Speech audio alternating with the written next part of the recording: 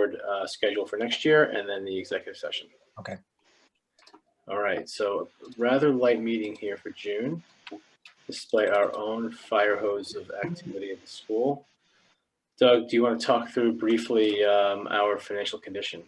Must I? No, of course.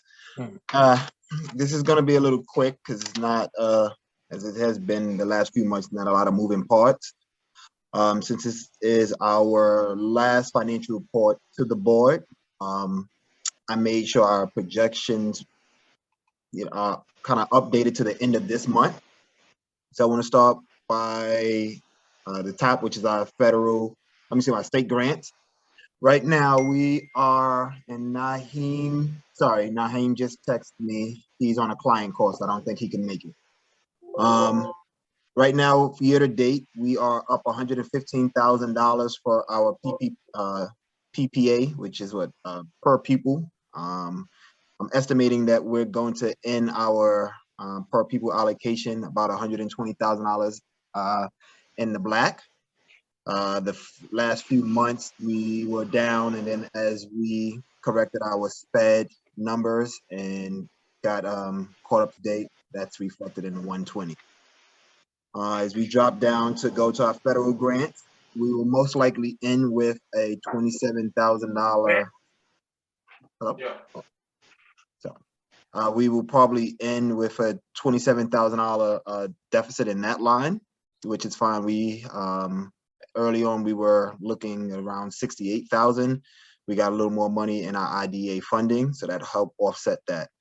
And then for our contribution lines, we will probably miss that. We budgeted 170. We probably will hit the 150 mark, which will be $20,000 down.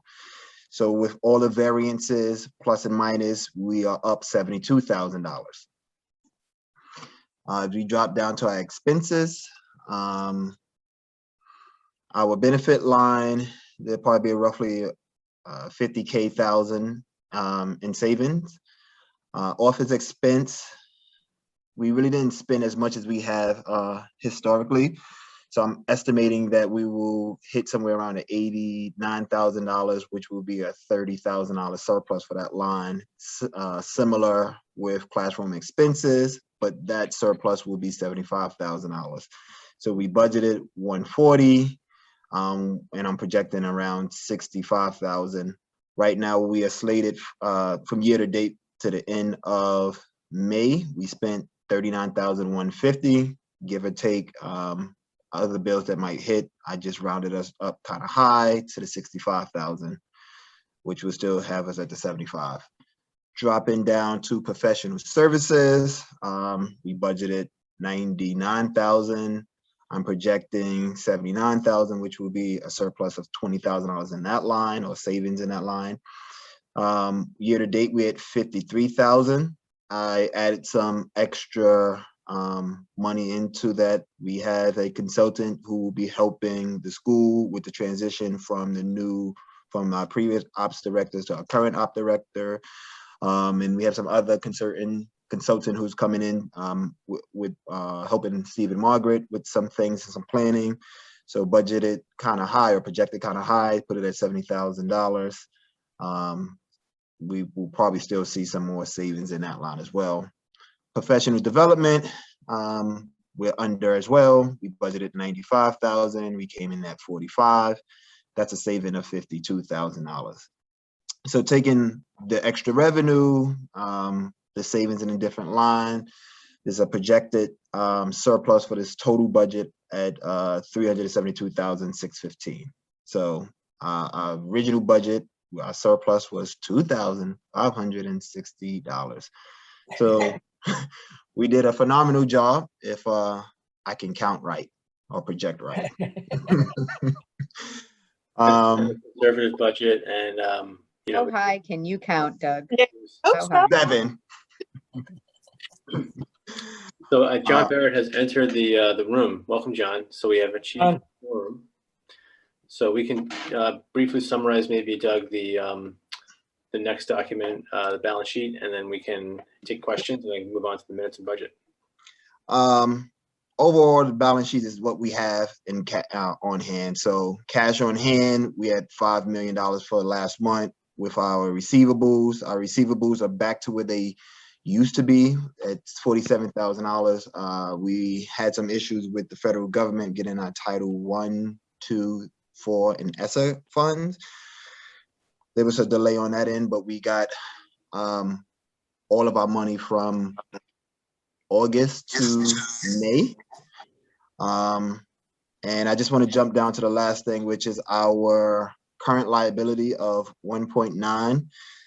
That's still our PPP loan that we are aiming to have forgiven. We run into a slight issue. Our loan is not attached to our account, so Steve and I have to go and schedule some time to go into the branch so we can associate the two accounts so that we can submit our documentation so that we will have the PPP loan forgiven. And that's the only step for that. So any questions, thoughts, comments, concerns? Looks good.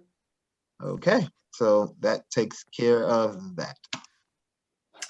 Okay. Oh, quick one question. I'm just trying to understand this sort of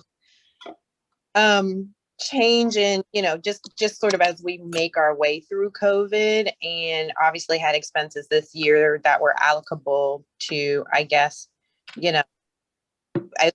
on campus for part of the year and just sort of cleaning supplies and things of that nature. Like, what do we think will be the case next year? Oh, that's such a tricky question, but segue the budget for next year. So yeah. There is, but I would say it is, we have a good idea about some of those nuts and bolts expenses, the infrastructure type stuff you're talking about. I think the PPE, all that stuff, that was our first big fear in the spring last year, but it hasn't turned out to be a big expense, and there's a lot widely available stuff even from the city. But the big expense in that area will be the air conditioning work over the summer to make sure our ventilation is really strong, and putting in new filters and things, or new machines. But the bigger expense will be in staffing and returning to campus and doing some kind of blended or hybrid type model, and what that will look like, as well as the accelerated learning and the needs for children and families related to the pandemic. So the extra social worker or social workers or case managers, the positions that we don't have that we've been creating that will not be permanent roles. But the good news is not only is there the CARES Act money, which is significant, but there's also the new ESSER money, which is going to be, I think will take care of the needs and provide cushion if there are more needs than that. And that's not reflected in the budget because you can explain why, Doug, and how that works. Okay, so I'm gonna just start from the top and then just explain away. So the number that we are projecting for our PPA is 16,845. From that's a hard number for the most part. We got that from the state. It was an increase of, correct, was it 2%, Steve, from our current year? Per pupil? Yeah, over 4%. 4%. Okay, so that's an increase. We're not where we were supposed to be at this time, because we were getting like a 4% increase year over year. This school year we took a dip back, but it's up from this school year. The SPED numbers are staying flat. We have a total number of students that we can add in, that we can allow to the school, which is 504. Back out 36 of those are for our pre-K students. So we're estimating it's like 92.9% or close to 93%. Historically, we use 95% to fill the seats, 5% vacancy. So we dropped it down so it's realistic for us. I think total enrollment currently we're at 425. So assuming, everything stays the same, our fifth grades graduate and we fill, those seats along with another 10 seats, I think it's, hopefully doable. Steve will go into that with the dashboard. But again, so we're doing 435, which is slightly lower from where we were historically. We're estimating SPED students, 70 of them. I think right now we have like 88. And again, historically, we've over-enrolled with our SPED students, and that has kept us afloat. This year, as we did last year, we wanted to keep the numbers kind of true and bank on, enrollment and not just have the SPED numbers carry us. And then as we just drop down to the actual numbers, they're reflected as the revenues. For our title, we're just kind of carrying the same through because title is based on our free and reduced. Historically, we've been getting around the same amount. So we're doing $350,000, down $7,000 realistically. When it comes to federal money, we're slated, and I'll go a little more into that, like $2 million over the next 3 years. It is really not represented in this budget because it's broken down by 3 years, and it's kind of difficult to capture because it's reimbursable. So how we use it, so we can not use it this year, use it next year. But the goal was to have just to have a balanced budget with a slight surplus without any of the in-betweens of that money, if that makes sense. So if we need it, we have it. If we don't use it for this year, we carry it over to next year. And for the most part, the expenses are in line. The two areas that I would like to point out is our benefits. I increased the projection for our insurance based on our staff. We have, our staff is aging every year, and they may age out of their parents' insurance and come on to our insurance. And then the next caveat is with the pandemic, I'm not sure how that will affect our insurance premiums and what the insurance industry will look like for us upon renewal. Our renewal will take place. We will start getting numbers in July. So I inflated that just to make sure, let it be. If we have 2 or 3 more staff who decide to opt onto our benefits, we, for the most part, it should be covered and should be able to hit that 1.5 million. We historically budget somewhere around 10 to 12% premium increase. I believe I did 15, again, just to cover all bases. And then for the 403B match, I did 1.75 of all salaries. We are somewhere around 1.72. So we have a slight increase as we're ending this school year. That number was 134 last year. For last year that we budgeted, it's looking that we will end with like 112. And then the miscellaneous line, which kind of ties into Brandy's question. That's going to be like a catch-all. So we have $250,000. Some of that is represented by 2 new positions. Right, Steve? Is it 2 new positions? 2 new positions plus some other costs that we have. At least 2. Yeah, and some other costs that we have that are unforeseen that would be directly related to, I guess we can call it pandemic recovery. And that kind of is a quick summary of this budget. Any questions? Can you explain more about the breakdowns for the new positions? Yeah, let me open this back up. I can address that to start. Oh, go ahead. So we've identified a number of needs based on student needs, family needs, just the data from this year, and they fall into the general domains of social, emotional, and sort of family struggle and challenges needs and academic needs. And the intention is to use whatever resources are coming in from the government to bring in people to do extra work on a short-term basis. Some of these may become permanent roles if we can work them into the 2024-25 budget when the money runs out, or they may be just for this period of recovery over the next 2 or 3 years. And that is a case manager, extra social worker, and additional teachers. Like, we're trying to overhire teachers more than we need so that we can put people into more academic support roles. We're creating a position of assistant teacher for upper grade classrooms, grades K to 5, which we haven't had before, so they can do more pushing. And we can replicate some of the practices we used successfully in the remote world, we had people positioned to be a third teacher in a co-teaching classroom, and it was powerful for more small group instruction. So we're trying to bring some of that structure with this additional resources to the school so we can actually provide more small group attention to kids. And then on the student support end, Margaret, you can talk about that if people want more detail, but I think that I covered it. And I will say that we've only, in our minds, allocated a fraction of the money. We're preparing different numbers and budgets and going over it. But as new needs come up, we'll be going through the committee process with the board and sharing those needs and making decisions about additional staffing or resources to bring in.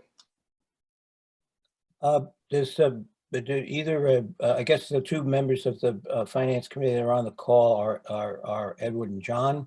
Do they have anything they want to add to this discussion? The only thing I would add is that with regards to the new money that's not in the budget, we'll talk internally there about how we want to, how to best like incorporate that or like view that in a budget, and then we'll go back to the board. But it's not in the budget for now for the reasons that Doug explained. Okay.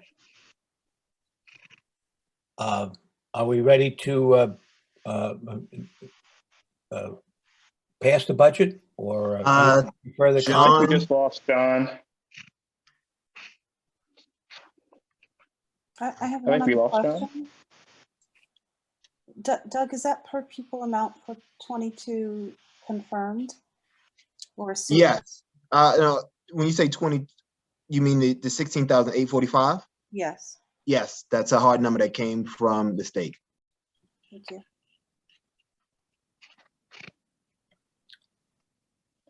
Any other questions around the budgets? The budget. Just confirming that there's no longer a quorum. who we have Who'd we lose? Voica and Brandy and Edward. We lost John. We lost John Barrett. Let me see if I can send his assistant an email to see if we can jump him back on for just this. Okay. Now, I've actually been in touch with his assistant over email while we've just been meeting, and he can't get the link to work on his phone, and he does not have a laptop at this time. Oh, weird. The link works on my phone. I wonder if he has a different. He got the jitterbug phone. Yeah, I'm not sure. I'm not sure why it wouldn't work for him, but it doesn't appear to be working. It also seems like from his email that he had some questions that he wanted to ask. Oh yeah, then we should definitely table this. I'm wondering if I can see if I can pull up a number that wasn't apparent earlier. But if push comes to shove, can't we approve the budget electronically if needed? I want to post. You mean like a digital qualm? Yeah. Yeah.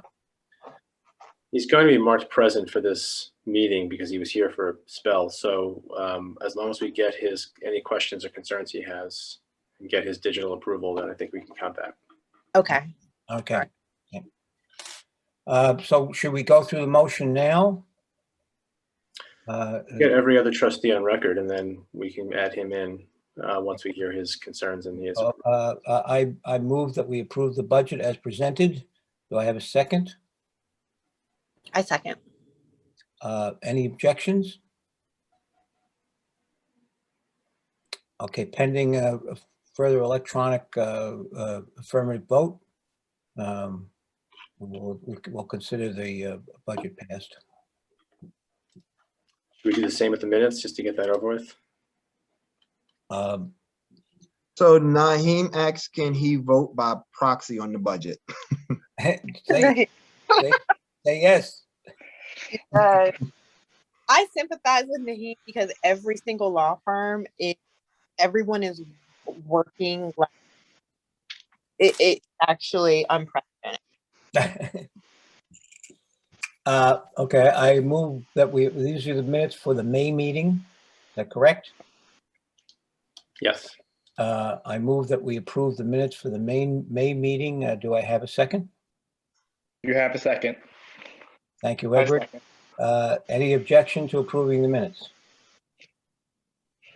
Okay, well, we'll approve them on the same basis we approve the budget pending electronic vote for a member of the board to come.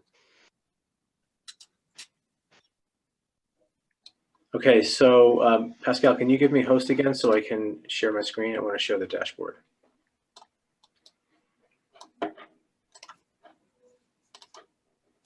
So briefly, the enrollment numbers are still a big concern, the top priority, along with the operations transition of the new director starting on Monday. But they're going in the right direction. Things are improving slowly, and we're not where we want to be yet. But we're catching up to last year at this point, where we were a year ago, and we're doing a lot more activity in the community than we did a year ago. So I'm confident we'll continue with this nose to the grindstone effort. The board's mandate is to leave no stone unturned. We have not pushed the panic button, which we talked about a month ago, possibly doing, and offered up unlimited remote learning because we think that could be really deleterious and could cause a lot of problems. We also think that we'll be able to get these numbers up. We are hearing word from other schools that they're having some of the same issues. And we're seeing media reports about where are the children, why aren't they enrolling in district schools and in charters as well. And I think that some of that's going to be overblown, and I do think we're going to see kids return. I'm not sure why kids are discharging, and I don't think they are. I think the city is just not keeping track of attendance very well, and that's why we're seeing these numbers come out. It's very confusing. There's no central place to track this information. So, we'll continue to give weekly updates to the executive committee. We got our aggressive canvassing team. We're doing more word of mouth. We're doing more engagement with the current families who are enrolling for the first time. We're twisting arms of families who are on the fence to stay if they have any concerns, and I think that's going well. The spring fair was a huge hit. We didn't get any walk-ins or new people because it was really our community who showed up. But we had hundreds of people there, and we had a really positive showing. So word of mouth, will continue to spread. And we've got a number of events we're going to be attending with a team to promote the school, which is again something we didn't coordinate well the last few years. And a lot of other stuff that we can talk about it for hours, but we'll be continuing to update the executive committee. And Voika, you've been helpful in popping in on those weekly recruitment meetings on occasion. So I appreciate that support as well and those ideas. Yes, absolutely. Okay, the last business for the public meeting is to talk about the board meeting structure for next year. And the executive committee hasn't had discussion about this, mostly because we don't know still what's happening. We don't discuss it, but the governor's office has extended the open meetings law to allow for remote and teleconference meetings, and it's currently extended through early July. I don't know if that's going to continue, but since we are expecting to return to campus in the fall, my expectation is that by the time we get back and start having meetings again, maybe not August, but definitely September, we'll be having in-person meetings, and we'll allow teleconferencing as an option, but we'll be having the locus of the meeting be in person. So I just wanted to hear if there's any feedback from board members about that. Anybody? I'm pretty flexible since I'm retired, but I know the rest of you aren't. So I'm sorry, can you repeat the date, Steve? We are looking at an early August board meeting. Oh, Wrap up a lot of things, and I'm on the fence about whether we'll be allowed to have remote meetings, a fully remote meeting or not, but we're prepared to have an in-person meeting with a remote option. But I'm expecting that by September, we're going to have the old way of doing things. Probably evening meetings, not sure, but in person with a Zoom option.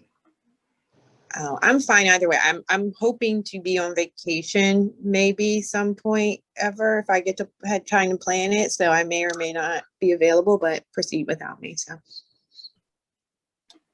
I wish you a long vacation. I wish for whatever length of vacation I can get together. But thank you. In a warm but not sweaty subway place. and don't go west of the Mississippi because you'll be fried alive. Oh, no, I'm probably gonna go somewhere out of the country. Okay, unless you have any other business, Pete, we should close the meeting and then move to the executive session. I move to adjourn. Do I have a second? Hello? A second. Thank you, Olga. Anybody object? And the board members, please stay around for executive session. And, as well as Dan and Viva, but I think I might want to start a new Zoom because I'll stop recording here because Pascal